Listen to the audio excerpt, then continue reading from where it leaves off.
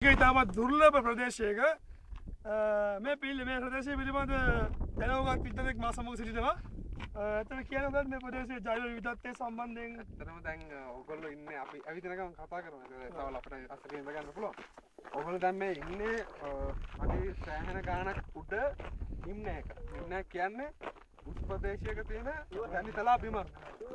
ඉතින් එහෙම දෙයක තමයි ඉතින් මෙතන ඇවිල්ලා ලෝකේ කොහෙවත් නැති ඔයගොල්ලෝ බලා ගන්න පුළුවන් දුර්ලභ දේවල් තියෙනවා විශේෂයෙන්. අපිට පැහැදිලි කරනවා අර පේන සත්‍යය පිළිබඳව. ඒක ඇවිල්ලා ඒක මෙහෙම ඒක අපි ඌරු චීන ඌරෙක් කියලා. චීන ඌරෙක්. ඔව්. ඒ සත්ත්ව විශේෂය හරි දුර්ලභයි. ඇත්තටම චීන ඌරෙක් පිටිපස්සට බරයි නේ. බරයි. ඒක ඇත්තටම බරයි. ඒක එයාගේ අර එයාගේ ගමන් විලාසයෙන් ලොකු ඉදුමක් කියනවා මේ පාත් තුනම. ඉස්සර පාත් තුනම.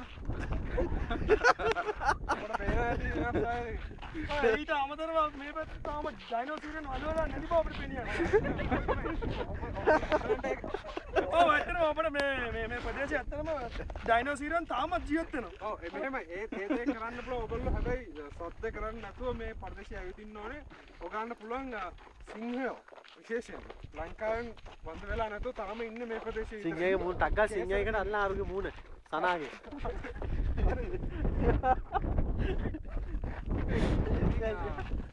ඩයිනෝසරයන්ගේ T-Rex කියන ලෝකේ ජීවිත ධර්මතුම සත්ත්වෙක් මෙහෙ ඉන්නවා. ඒක අර සුපර් වෙලා තියෙන මොකද අපිට තාමත් අධ්‍යයනය කරගන්න බෑ. ඔබට ෂුවර්ද? ඒක මෙහෙමයි. ඔව් අපිට පුළුවන් චීන ඌර කලබල වෙනවා.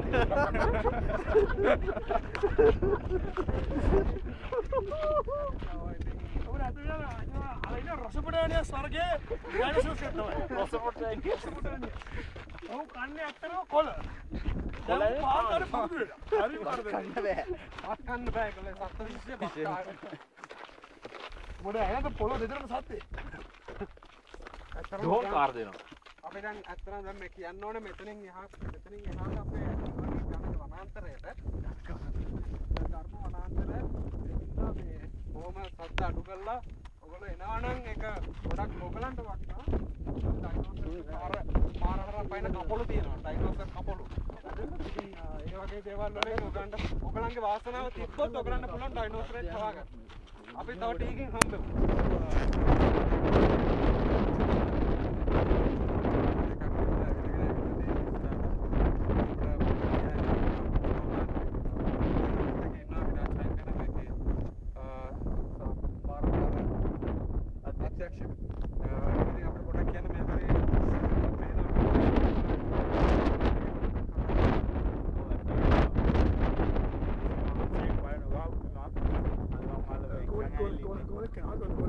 අතරින් යාට අපි තව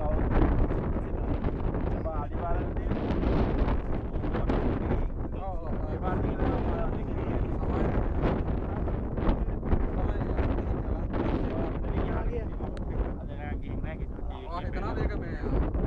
ආරක්ෂා කරන්නේ. ඔව් මම ඔයාලට මුලින්ම කිව්වනේ මට ඊමත් ගන්න බෑ මම